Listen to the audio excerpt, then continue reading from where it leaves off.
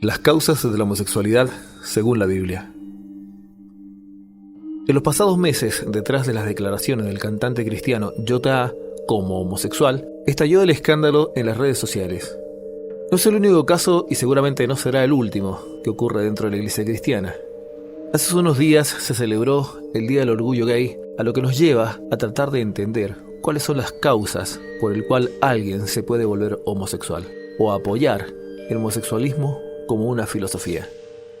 Mi nombre es Rodrigo Holguín, profesor de teología, y bienvenidos a Teología Avanzada. ¿Una persona se hace homosexual o nace homosexual? Lo que nos lleva a la pregunta más profunda: ¿Dios lo hizo así o ellos decidieron ser? Los defensores de la homosexualidad desde lo divino, o sea, Dios me hizo así, defienden que Él los hizo así. Es al punto que hoy existe la iglesia evangélica homosexual. Mientras otros creen que Dios, por error, metió a una mujer dentro del cuerpo de un hombre o viceversa. Por último, los ateos dicen que ellos pueden hacer lo que quieran y no habrán consecuencias. Más allá de las subjetividades, ¿qué dice la Biblia con respecto a la homosexualidad y el homosexualismo? La homosexualidad es el estado de un hombre con el deseo sexual hacia el mismo sexo o mujer, y el homosexualismo pertenece al mundo de los ismos, que es la filosofía detrás de este tipo de conductas, sin necesidad de ser homosexual. El ambiente de los defensores o detractores del hecho. La primera vez que se aborda el tema del Antiguo Testamento es en el libro de Génesis.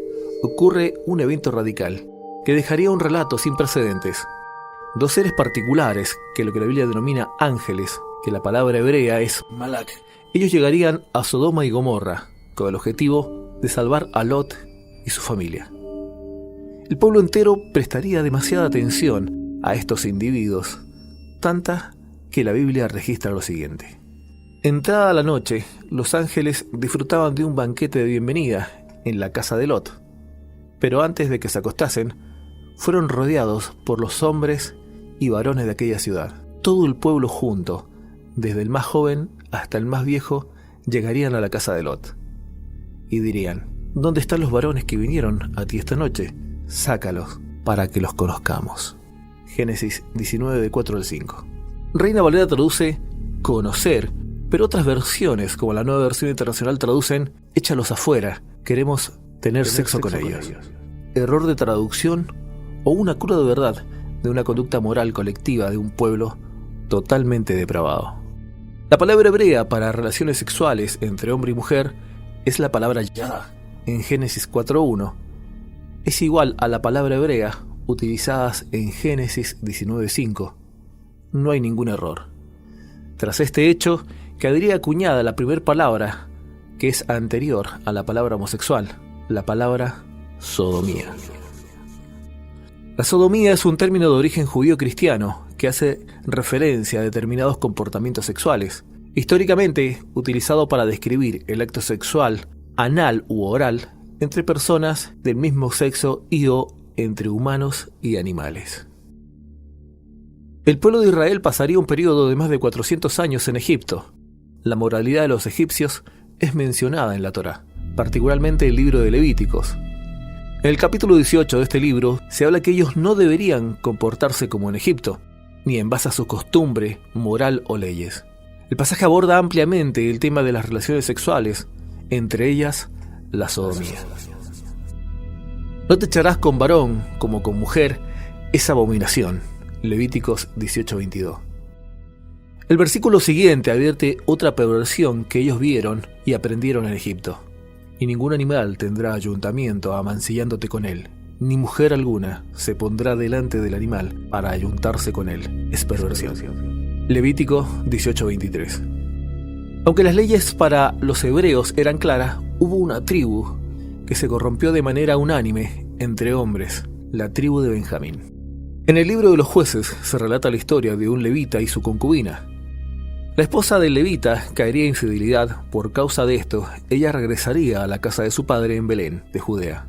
El levita partiría tras su amada para hacerla volver con él. Luego de convencerla, se le hizo la noche de regreso a la ciudad.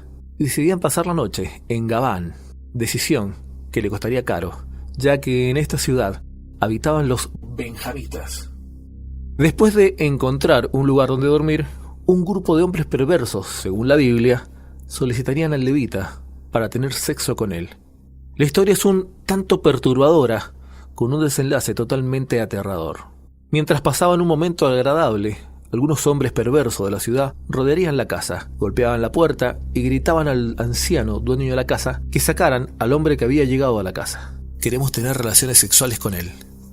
El dueño de la casa salió y les dijo: no, hermanos míos, no hagan tal vileza con este hombre, es mi huésped, no cometan tal infamia. Miren, tengo a mi hija que es virgen y a la concubina de este hombre. Se las voy a dar para que hagan con ella lo que quieren, o bien les parezca. Pero con este hombre no cometan tal infamia. A pesar del ofrecimiento del anciano, no decidieron hacerle caso y querían asimismo al levita.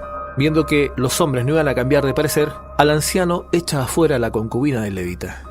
Acto seguido, los hombres la violarían y la ultrajarían toda la noche, hasta el amanecer. En la madrugada la dejarían ir. Despuntando el alba, la mujer volvió y se desplomó en la entrada de la casa donde estaba hospedado su marido. Allí se quedó hasta que amaneció. Cuando por la mañana su marido se levantaría, abriría los ojos y vería un acto que cambiaría toda su vida. Vio allí a su concubina, tendida a la entrada de la casa, con las manos en el umbral. Él le diría: levántate y vamos, pero no tendría ninguna respuesta. Entonces el levita la pondría sobre su asno y la llevaría a su casa, supuestamente para enterrarla, pero el relato es muy distinto. Este tomaría un cuchillo, la descuartizaría en 12 pedazos. Estos pedazos serían distribuidos en las 12 tribus de Israel en todas sus regiones, para que todo el mundo viera. La gente al pasar por ahí decía: nunca hemos visto que se haya hecho cosa semejante desde el día que los israelitas salieron de la tierra de Egipto. Piensen en esto y considérenlo y digamos qué hacer. Jueces 19:22. El desenlace de este hecho concluiría en una guerra civil entre el resto de israelitas contra la tribu de Benjamín. En el Nuevo Testamento el tema también es abordado por Pablo y otros escritores bíblicos. Pablo nos relata el resultado de una mente que niega a Dios. Esta sería entregada a sus pasiones más viles. Por lo cual también Dios los entregó a la inmundicia, a las concupiscencias de sus corazones, de modo que deshonrando entre sí a sus propios cuerpos, y ya que cambiaron la verdad de Dios a la mentira, honrando y dando culto a las criaturas antes que al Creador, el cual es bendito por los siglos. Amén. Por esto Dios los entregó a pasiones vergonzosas, pues aún a sus mujeres cambiaron el uso natural por el que es contra la naturaleza.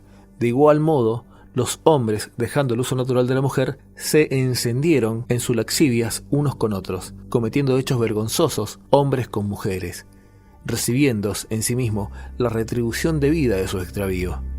Y como ellos no aprobaron tener cuenta a Dios, Dios los entregó una mente reprobada para hacer cosas que no convienen. Este pasaje nos da la primer causa de la homosexualidad, la negación y rechazo a Dios. Esto no implica necesariamente que no crea en la existencia de Dios. Tiene más que ver con los actos que niegan a Dios y sirven a sus deseos. La segunda causa es el ámbito de los abusos sexuales. En la carta de los Corintios, el apóstol Pablo enseña que las relaciones sexuales hacen de dos cuerpos uno solo. Compartiendo lo que habita en uno, también morará en el otro. Las transferencias de espíritus. Las relaciones sexuales logran realizar que las entidades espirituales, conocidas como demonios, puedan entrar de un cuerpo a otro por medio de las relaciones sexuales, haciendo que la conducta de una persona cambie. Jesucristo durante su ministerio tendría un encuentro con un endemoniado, el Gadareno. Este hombre, el cual tenía muchos espíritus, de hecho la palabra que se aplica en la Biblia es legiones, que son más de 5.000 entidades que habitarían en un solo hombre. Estas entidades también lograban controlar la mayor parte de su conducta. Este individuo estaba desnudo, con cadenas y grillos. Uno de los patrones que existen dentro de las personas que practican la homosexualidad es que en algún momento de su vida fueron abusados sexualmente. Hay excepciones a esta regla, aunque la mayoría de los casos de homosexualidad son personas que fueron abusadas. La tercera causa de homosexualidad es el castigo del pecado hasta la tercera y cuarta generación. En el libro de Éxodo, Moisés escribe que el castigo por quebrantar el mandamiento de no hacerse imagen ni inclinarse ante ellas tendría consecuencias a la tercera y cuarta generación.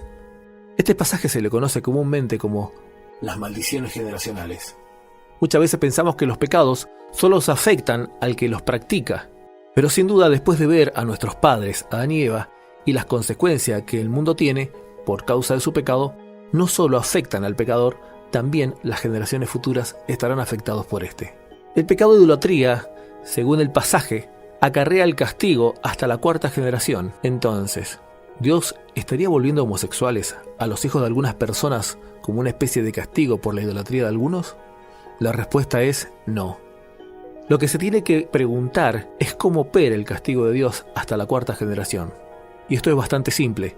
Dios se aleja de una persona y deja a la deriva a esas personas que bajo el gobernador de este mundo, Satanás.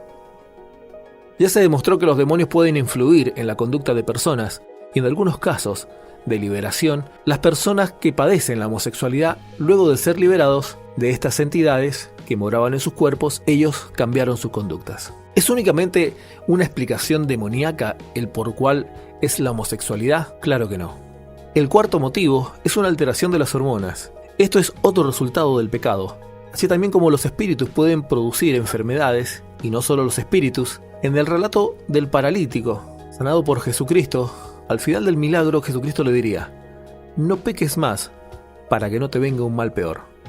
Una persona sumergida en el pecado tendrá no solo las puertas abiertas para que las entidades espirituales moren en su vida, como resultado de esto, su cuerpo se puede enfermar. Todo esto es producido en una persona que está totalmente alejada de Dios. Los trastornos hormonales pueden cambiar la conducta de un individuo. Somos el resultado de nuestras hormonas y químicos, entre otros. Estos infieren en nuestro comportamiento, nuestras conductas, carácter y sexualidad. Si las glándulas u hormonas están afectadas, se replica en nuestra conducta. La homosexualidad, en algunos casos, es el trastorno de las hormonas. Si a una persona no homosexual le diéramos químicos que eleven sus hormonas femeninas, en el caso del hombre, dicho de paso, todos los hombres tienen estrógenos, que están más relacionados con el sexo femenino. La alteración o elevación de estas pueden producir cambios en la conducta masculina. En la mujer, la elevación de testosterona cambiaría la conducta de una mujer, volviéndola más masculina. Estas hormonas controlan la voz, el vello, el crecimiento de los genitales, crecimiento y maduración de los huesos. Está claro que las hormonas todo lo cambian, no solo lo sexual, también el aspecto y conducta de una persona.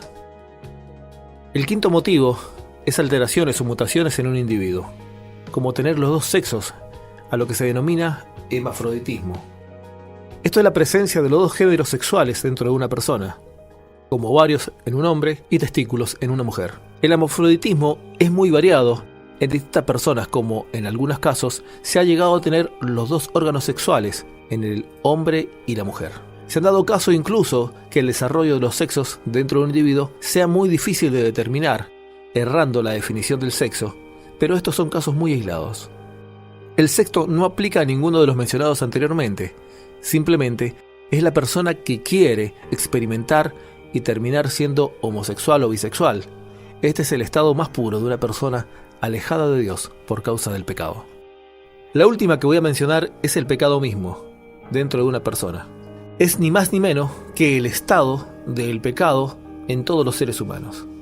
Las manifestaciones de este estado son muy complejos.